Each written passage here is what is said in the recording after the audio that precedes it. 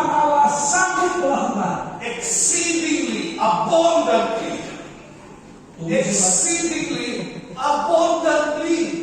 lebih banyak dari apa yang kita doakan, atau lebih banyak abundant berlimpah saudara, above all that we ask or think, yang lebih tinggi dari apa yang kita minta, bahkan apa yang kita pikirkan, even before we ask, bahkan sebelum kita memintanya, even before we think. bahkan sebelum kita memikirkannya. God knows you. Tuhan mengetahui, He knows your needs Tuhan mengetahui kebutuhan Anda, because He loves you. karena Tuhan mengasihi. That's why God gives you grace. Itu sebabnya Tuhan memberikan kepadamu kasih karunia. Let's go back to the story in Vietnam. Kita kembali ke cerita Vietnam yang akan dimulai di awal.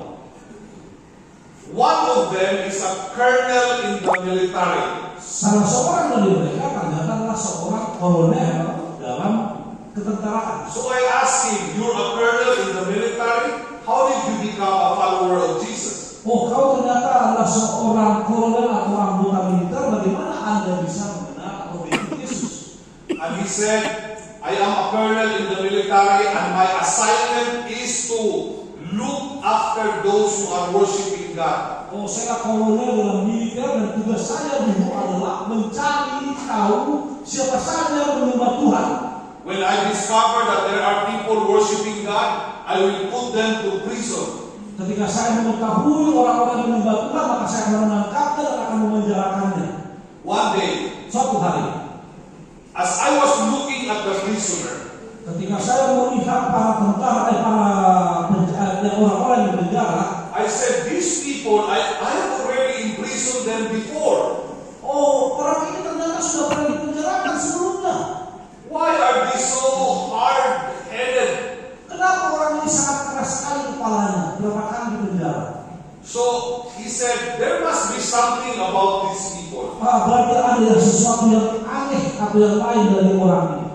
So he went to his room Lalu dia masuk ke penjara orang itu, and he started reading their Bible because he confiscated their Bibles. dan dia mulai baca kepada Alkitab karena dia penasaran dengan Alkitab yang ada. He said, I want to understand them because they are so hard-headed. Saya mau mengerti tentang mereka karena kenapa kepala mereka keras sekali. So he started reading the Bible. Lalu dia mulai baca Alkitab mereka.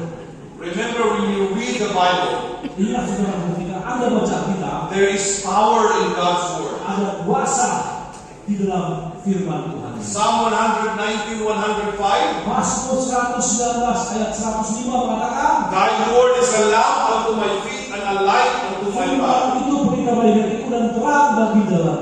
So when you open the Bible, Ketika Anda membuka Alkitab, there is power in it.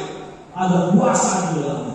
That colonel Kolonel tersebut became a follower of Jesus. menjadi pengikut Yesus. Amin. And so he started listening Lalu dia mulai mendengar to the radio. radio saudara pada waktu itu. And he was able to listen Dan dia akhirnya bisa mendengarkan to the person. Remember, there was a person who was, when he was young, he was brought to the United States of America by the US Navy. Masih ingat ketika dia masih muda ya telah mengambil internasional akhirnya dia dibawa ke Amerika Serikat. Masih ingat ya?